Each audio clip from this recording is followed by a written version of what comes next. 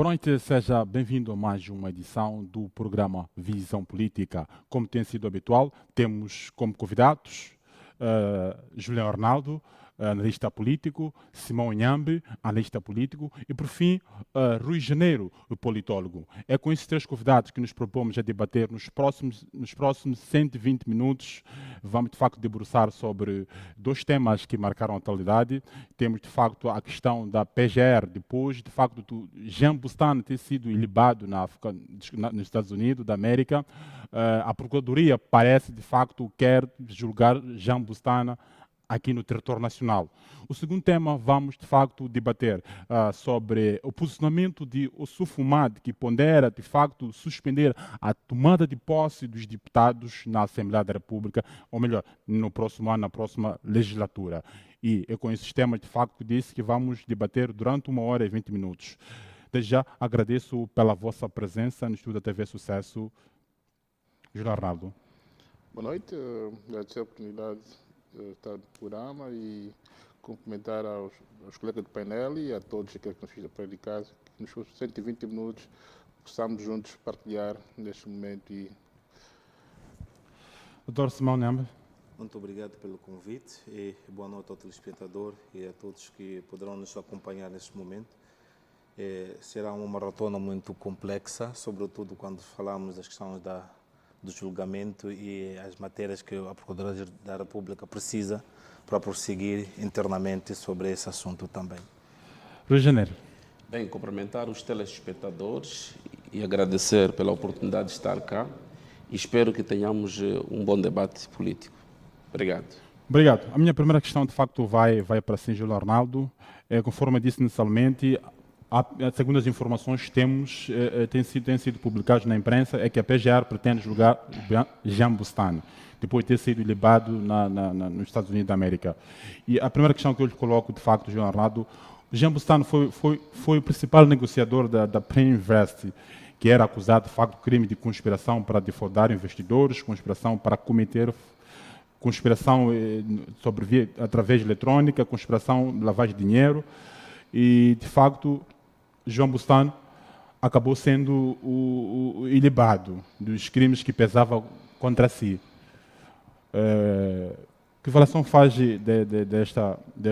deste julgamento e que análise, a primeira questão, que análise faz dessa decisão dos Estados Unidos da América de dizer o ilibar Jean Bostan? Bom, primeiro é preciso separar. A PGR a ter que julgar o Jean Bostan não será pelo fato de este ter sido ilibado dos Estados Unidos da América. Porque os Estados Unidos da América, como bem disseste, estavam a julgá-lo sobre crimes que eventualmente tivesse praticado nos Estados Unidos, que não tem nada a ver com, ou necessariamente com a dívida das três empresas, refiro a MAME, Proíndico e até Ematum. Tendo em conta esse julgamento, de que era acusado de 3 crimes, o Jean Bostan, dentro daquilo que foi a estratégia e aquilo que foi a acusação feita, ele conseguiu provar, ou pelo menos a justiça norte-americana, que os crimes que era acusado nos Estados Unidos, ele não teria os praticado lá. E que tudo tenha feito o único interlocutor, ou o país que eventualmente tenha defraudado é Moçambique e não necessariamente os Estados Unidos, porque, primeiro, o dinheiro, os 3 bancos em causa, não tem uma ligação direta com os Estados Unidos. Apesar da moeda da transação ser o dólar, ele nunca fez nenhum negócio nos Estados Unidos, nunca viajou para os Estados Unidos, daí que toda a acusação que era feita em redor ou a seu respeito não tinha sentido em relação à jurisdição norte-americana.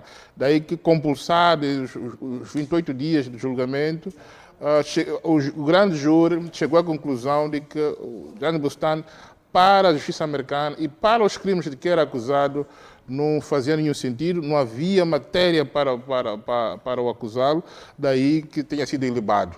Agora, daí tentar relacionar esse julgamento com, espero que vamos desenvolver isso depois à frente, com aquilo que a Procuradoria de Moçambique está a fazer em relação à dívida em si, penso que é um exercício forçado, porque, como sempre dissemos desde o início, que o Moçambique é o principal país defraudado nesta grande burla ou calote.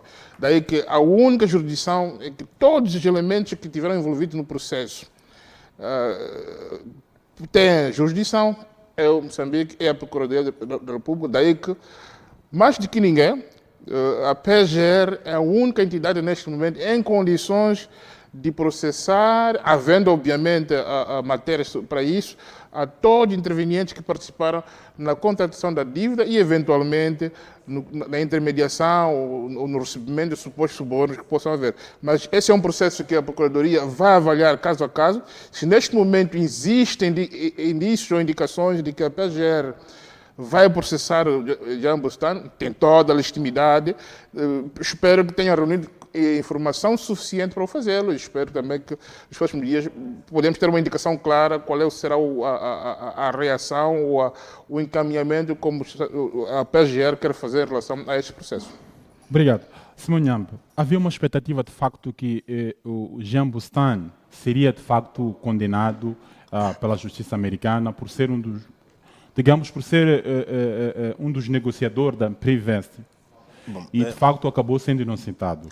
Sim, a expectativa existia, na verdade, existe dentro de um contexto, porque nós cá, moçambicanos, quando um criminoso, ou um suspeito é apanhado, é já tido como, de facto, culpado, porque nós não acreditamos tanto no sistema jurídico nosso, que basta ser um acusado, é obviamente um culpado. Isso tem-se visto em vários com a própria polícia, no processo no como eles tratam os processos.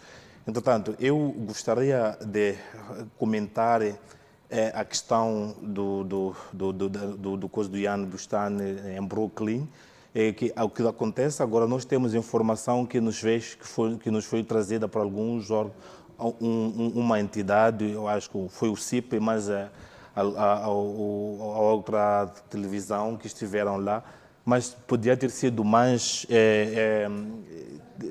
repórteres que foram para trazer uma opinião diferenciada que nos ajude, de facto, a tomar uma posição pessoal sobre este assunto.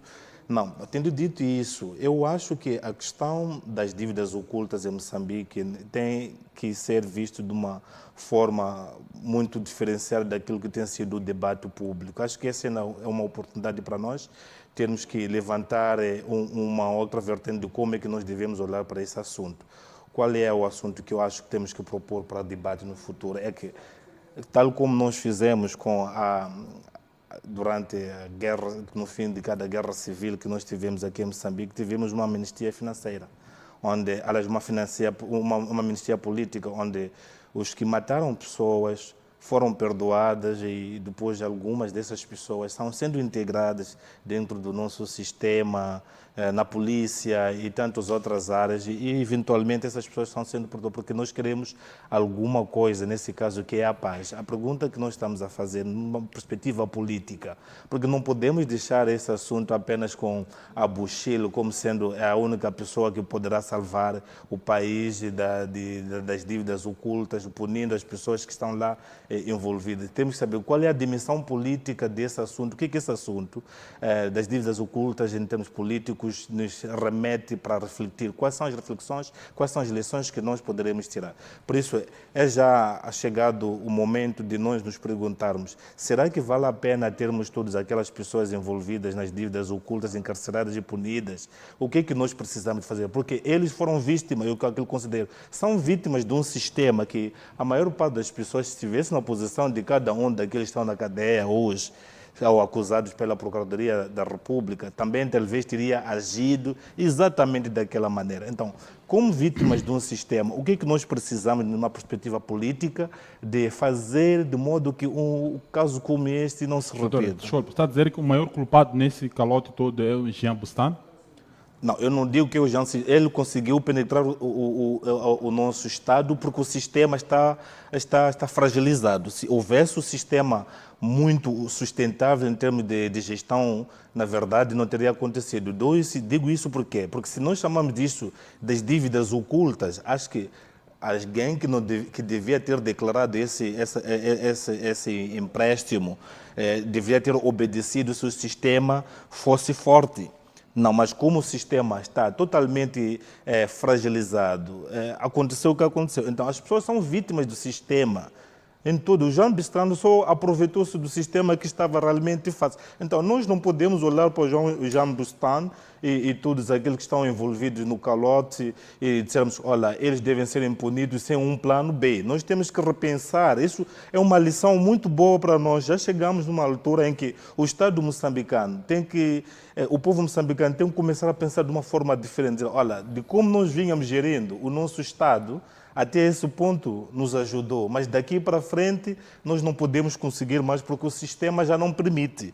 Então, é uma bola de neve que chegou e quebrou-se no meio e que já não é sustentável anymore, como diriam os ingleses. Portanto, é preciso que a dimensão política também tenha um cunho na resolução desse assunto. É por isso que nós levantamos debate público nessa questão, que tem que existir aquilo que chamamos de reconciliação financeira, não é?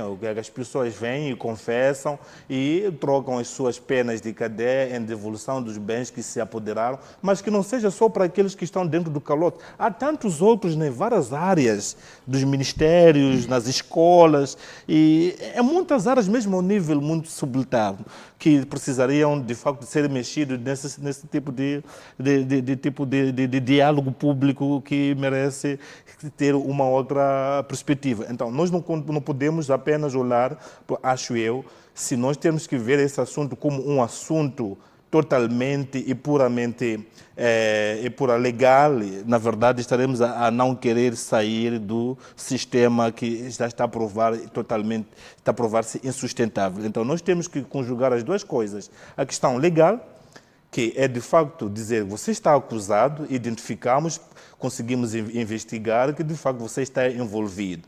E a dimensão política. O que é que nós temos que fazer na dimensão política para que casos como esses não voltem a acontecer? Quais são as reformas fundamentais que nós precisamos de imprimir de modo que não tenhamos amanhã, no futuro, nas outras áreas, ao nível baixo, ou médio ou superior da gestão do nosso Estado, que acontecer coisas como essas, de má gestão, porque isso é o sistema que está a dizer, eu já não posso mais, já conseguiu o que podia, mas dessa vez chega. É por isso que fomos a um grande escândalo. Então, nós não podemos olhar ao Jean Bustani como o mero culpado e tantos outros que foram mencionados e até aqueles que estão encarcerados como o troféu para o sucesso de Moçambique para o futuro. Nós temos que olhar para o nosso próprio sistema e dizermos, será que ainda vale a pena mantermos esse sistema? O que é que nós precisamos de fazer para que, de facto, possamos sair dessa situação? Obrigado. Regiane, eu vou para si. O doutor Simeão Nhambe está a falar aquilo com uma outra sugestão. De facto, é preciso estruturar o próprio sistema para que no futuro não possamos ter situações do género. Como é que a avaliação faz desse comentário? E também gostaria que comentasse um pouco em relação a esta decisão dos Estados Unidos da América, do Tribunal Norte-Americano, que decidiu, de facto, liberar o Jean Bustani, que, de facto, foi um dos principais negociadores da Priminvest. Bem, eu penso que o professor Nhambe tem suas razões. É preciso fazer reformas internas ao nível do Estado, é preciso reformar as instituições e é preciso tornar o poder público mais ao interesse dos cidadãos e construir e promover instituições democráticas que sejam instituições transparentes, de modo a garantir aquilo que é interesse comum dos cidadãos. Este é um ponto. Mas também é necessário tornar as nossas instituições mais próximas aos interesses dos cidadãos e poder combater aqueles que são os males que as nossas instituições têm. Por exemplo, a questão da corrupção, né? E as suas formas de corrupção, como, por exemplo, o clientelismo, o favoritismo e outras formas. Este é um ponto. Mas também eu penso que é preciso fazer reforma da administração pública. De que forma? Tornar o poder público mais próximo, não só os cidadãos, mas próximo àquelas entidades que podem garantir a existência deste mesmo poder público. E esse poder público deve estar mais próximo às comunidades. Mas também queria levantar um ponto aqui, que Bustani é necessário, na minha opinião, que seja ouvido também em Moçambique pela PGR. PGR é advogado do Estado. E não nos esqueçamos que Bustani pôs em causa também o princípio da segurança do Estado, vulgarizou muito as instituições do Estado, né? Vulgarizou muito aquilo que é o próprio poder público. E não nos esqueçamos que também, se for a ser feito um grande trabalho de investigação, pode-se ver que Bustani havia ou estava ao interesse do poder dos Estados Unidos da América. Parece que não, mas se formos a ver bem, Bustani não é simplesmente, ou não foi simplesmente vamos dizer, um criminoso, mas também alguém que foi enviado com uma missão clara, né? Que é de desestruturar um Estado, por esse Estado vulnerável, pelas fragilidades que esse Estado já tinha, que já eram conhecidas. E eu continuo a dizer que os Estados Unidos da América têm uma aliança com a África do Sul, uma aliança indireta para buscar informações importantes sobre todo o mal que acontece dentro do Estado moçambicano e poder vulgarizar esse Estado. Outro ponto também que eu penso que é importante e que nós não podemos esquecer é que Bustani apenas não é só um simples negociador da Prime Invest. Bustani também, na minha visão, eu penso que ele está sobre aquilo que nós chamamos de roteiro, estudo estratégico da subversão política e ideológica. O que quer dizer isso? Que os Estados Unidos da América já não concorda com aqueles que foram antigos movimentos de libertação no controle do poder político em África. Não concorda com a Frelimo no poder. E uma das formas era vulgarizar a Frelimo, vulgarizar as instituições do Estado, tornar aqueles que estão sob o controle do poder público como indivíduos que cometeram muitos erros, né? Tornar o FMI uma espécie de inimigo dos Estados africanos, mas que no fundo o FMI financia Estados que estão em crise. E essa crise, normalmente, quem é que sementa ao nível do Estado é o próprio FMI. Se nós formos a ver Estados que fizeram reformas econômicas ao nível internacional, como o Brasil, que fugiram um pouco do FMI ou das amarras do FMI, esses Estados cresceram muito economicamente e tiveram políticas públicas mais profundas ao nível econômico, diferentemente, por exemplo, de Moçambique. O outro ponto que eu penso que é necessário que tomar em conta também Bustani como um criminoso, e trazer Bustani para Moçambique, é o facto de que Bustani fez uma chantagem à chancelaria diplomática do Estado moçambicano. Quer dizer isso, o Bustani tornou as figuras ao nível do Estado moçambicano muito vulneráveis no sistema internacional, as instituições, né? E se temos instituições em Moçambique, essas instituições têm que reivindicar o seu poder. E esse poder das instituições não pertence simplesmente aos governantes, pertence aos cidadãos. Os cidadãos devem levantar ao nível doméstico ou ao nível internacional, que estão preocupados com que esse Bustani também venha para Moçambique e seja ouvido o que é que, na verdade, aconteceu. O outro ponto que eu penso também que é importante, e por vezes nós não discutimos, é necessário que o novo governo que for a sair,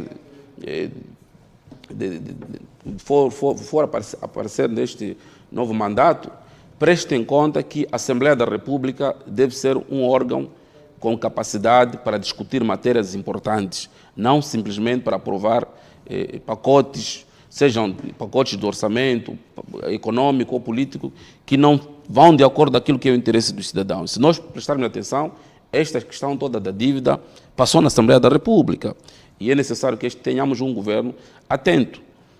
E se não for assim, teremos problemas. O outro ponto também que eu gostaria de colocar é o fato de que os Estados Unidos da América já vem com um grande interesse junto do FMI, através do consenso de Washington, que é tornar Moçambique um país fortemente dependente daquilo que são as suas políticas, quer ao nível da justiça internacional, quer ao nível do controle econômico. E para fazer esse controle econômico, por vezes, tem que fazer bloqueio econômico. E como é que é feito o bloqueio econômico? O bloqueio econômico é feito através de buscar aqueles que são os governantes como presos políticos, levar esses indivíduos de Moçambique ou de outros estados para o Tribunal Penal Internacional, levar para a Justiça Internacional, quer dizer, para ter acesso cada vez mais aos recursos naturais. Não nos esqueçamos que todo o teatro político vem acontecendo no julgamento de Brooklyn foi, de certa forma, devido à descoberta dos recursos naturais. E não nos esqueçamos que a CIA já foi desmantelada em Moçambique. Todo esse teatro que vai acontecendo, o FBI apresenta as provas, quero acreditar que não é somente o FBI. Há um grande interesse ao nível do departamento do governo norte-americano de tornar Moçambique vulnerável, porque há um interesse grande que é abater a Frelimo do exercício do poder político é Moçambique. Isso fizeram no Zimbábue. Se nós formos a prestar atenção no Zimbábue, as sanções que o Zimbábue foi tendo não era simplesmente para sancionar economicamente o Zimbábue, mas era simplesmente para tirar Mugabe ou para tirar o ZANU-PF do poder. E é isto que está a acontecer também em Moçambique. Mas não esqueçamos também que é necessário que o Estado moçambicano cada vez mais forme e se prepare em termos de instituições fortes, credíveis, para se fazer face a esses inimigos do Estado. O outro ponto que eu penso também que é importante, que a gente muitas vezes não discutimos. Doutor, permita-me colocar a seguinte questão. Disse que, de facto, o objetivo de Jean Bustani está ao serviço dos Estados Unidos era, de facto, vulgarizar a Frelimo e vulgarizar o Estado. E parece que esse objetivo foi materializado. Aqui podemos dizer, de facto, o Jean Bustani encontrou um terreno fértil para, de facto, concretizar aqueles são os seus objetivos. Sem dúvida. É aquilo que estava a dizer o professor Nhambi.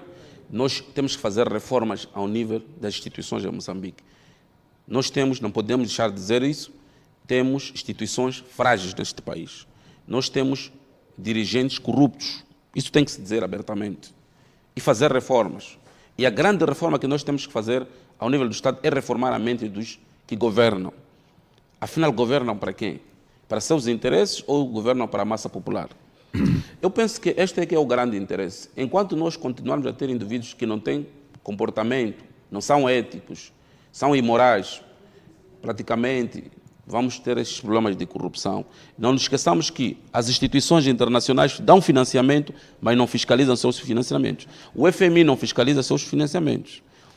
Já dizia muito bem o falecido jornalista Carlos Cardoso, Moçambique está a sair de um Estado de Direito para um Estado de arranjo, porque a corrupção estava a controlar cada vez mais as instituições e nada estava-se a fazer para combate ou a prevenção à corrupção. E eu penso que o atual chefe do Estado tem um discurso político muito interessante, mas é preciso que tenha ações, estratégias suficientes para poder combater a questão da corrupção. A teoria funcionalista diz que em África a corrupção ela prevalece, mas que as leis que existem nos Estados africanos são muito fracas para poder combater a corrupção. É necessário que esses Estados não dependam simplesmente de estratégias, ou de leis, ou de políticas para o combate à corrupção, mas sim que tenham métodos de educar os seus cidadãos antes de exercerem o poder, seja ao nível administrativo, ou seja mesmo poder político. No caso de Moçambique, o grande avanço que nós poderemos ter é o presidente Nyusi ter a coragem de fazer reformas ao nível da administração pública.